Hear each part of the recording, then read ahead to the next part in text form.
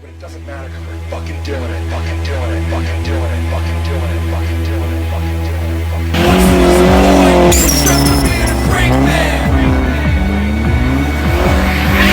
Cursed with the path and blessed with the simple plan. And that brought God, and that brought man, and that brought the king of man. A great fucking man. A great fucking man. And that great man has power in his lips. And that great man built all this shit. And that great man stands in the front. And that great man does whatever the fuck he wants.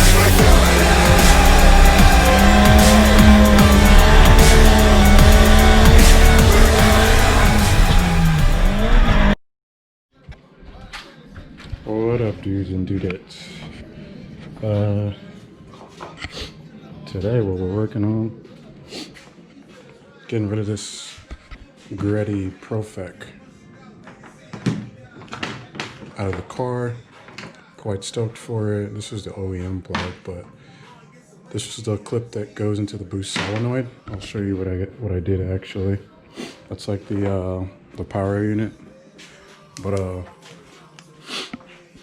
there's a boost solenoid right there, and what I just did is I rewired it back into the factory harness so we can let the Haltech do all the work. That's just eliminating one more thing.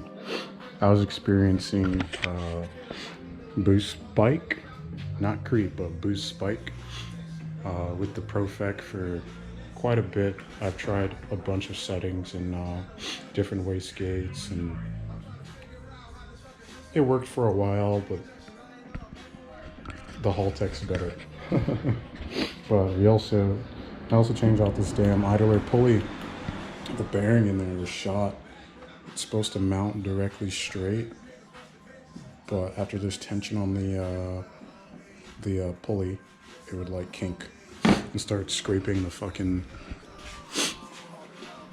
what's it called, the bracket that it's mounted to. So right now I'm gonna connect the ECU and show you guys what I'm talking about. There's so many features to this thing, man. It's pretty cool.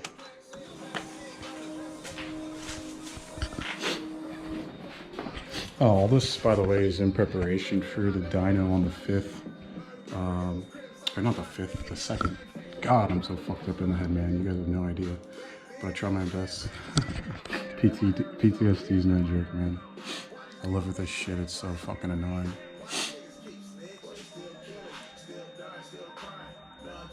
Alright, got this thing loading up. So I'm learning the difference right now between open loop and closed loop for boost. I don't know, there's like so much shit in this ECU, bro. But I'm learning little by little. My friend Ian is actually teaching me quite a lot. I don't know why he doesn't work for Haltech himself, because he knows a lot of shit. Alright, so we got the diagnostics popping up for the car. It's not on, but it'll show the accurate reading of what's going on in the car. And we're gonna go to functions, and we're gonna find boost control, which is disabled. Alright, I figured it out. I was looking for the enable disable over here, but it's actually just clicking this little box and see what happens. Boom. So I gotta assign this, then I have to see, there's like so much shit to fucking to deal with, not deal with, but learn. But it's pretty cool. Now I'll be able to control boost in the ECU versus all this crap, all this, I'm gonna say it's crap, it's good stuff, but all this extra wiring. It's like you got this. You get the point. There's like, Jesus. Got that to supply power to it. There's like so much stuff. And then I had to tee this off into where the fuel pressure regulator usually routes its vacuum tube on the manifold. There's like a separate part on the manifold for that part. And I had to tee this off into the fuel pressure regulator and this. So now the fuel pressure regulator is just running straight to it like it's supposed to be. It's just deleting all the unnecessary stuff. But I mean, it was fun. The car, I did like 1.1 or 1.2 power on the stock turbo. And on this setup, I did the 1.3 or above for high boost on this, but trying to dial in the gain and all that stuff on this, just annoying. I can do it all in the ECU, which is reading the whole engine, so it knows exactly what to give, man. So I'm pretty stoked for this. So also, oh my god, just look at the interior, it's so nice. I gotta still swap those two plugins for the oil pressure and water temp, so the light will actually light up. You can see the red dot on the oil temp for low pressure. The gauge still works and the gauge still moves, but the light just stopped because I fucked up a solder taking it off accidentally on the one inner, so it's not sending the light signal to that one either. But why did I get into Silvias and 240's and stuff? It's all because of my buddy Nigel I met in 8th grade, and his dad had the fastest street 240 in South Florida, RB26. I'll throw some pictures and clips of it in here.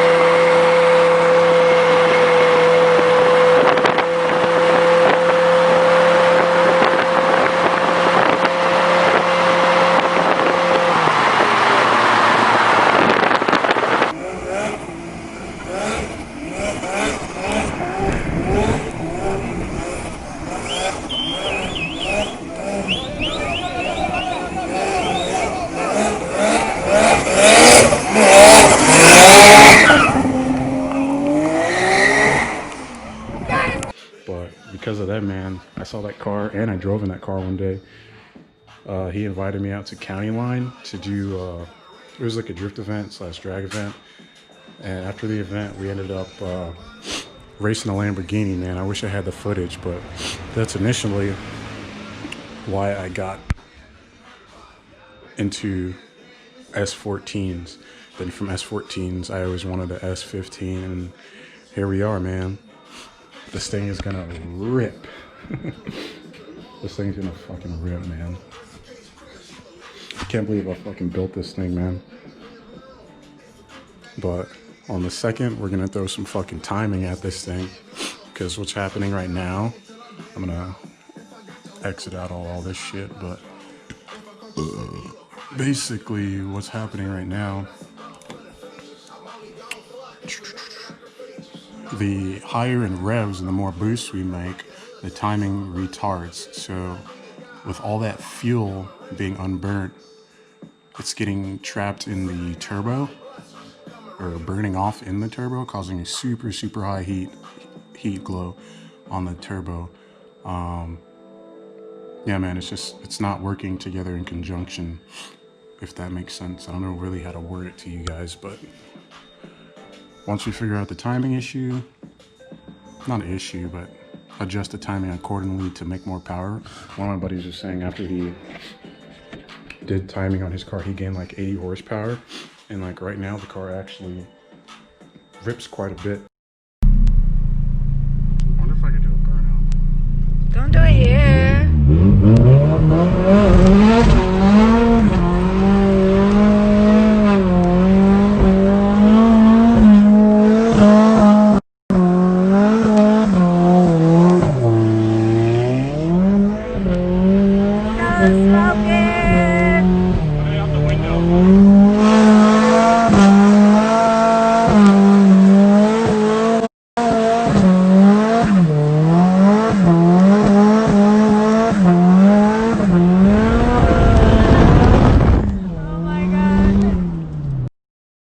Like the car is faster, way faster than it was before, but it's not as potential. So I think the last things I'm gonna get for this car is I'm gonna get a flashlight actually. The last thing is I'm gonna get for this car is a heat blanket for the turbo, because the heat wrap on the manifold itself already kept the temperature quite low. But I'm gonna heat wrap the turbo and the turbo elbow just to keep the temperatures even more down in the engine bay. Yeah, because you can see it's actually fucking heating up the coolant hose, which I do not want to replace. Those are really annoying to get to on the intake side. But yeah, man, I'm stoked. Almost there, man. Almost there. But yeah, that's why I got into Silvia's. But for today, that's it. Just wanted to show you guys a little update. I'm speaking a little quiet because it's not late, but it's nighttime, and I'm not trying to be that neighbor, but whatever. I'll catch you guys later. Peace. On a side note, I finally got these lights to work now. I think that the plugs were on different channels, which is why it wasn't working. But I tinkered with it and now it's working. So let's see. I'm gonna turn it off.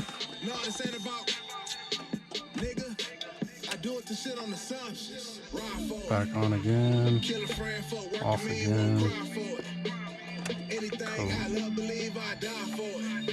Cool. So now we got oil temp, water temp, and oil pressure. Oil pressure was working fine. Both were working fine, but the lights themselves would not turn on for these two. So now I don't have to shine a freaking flashlight during the day to see what it's reading. Just one more step into the right direction, man. I'm stoked. My life be like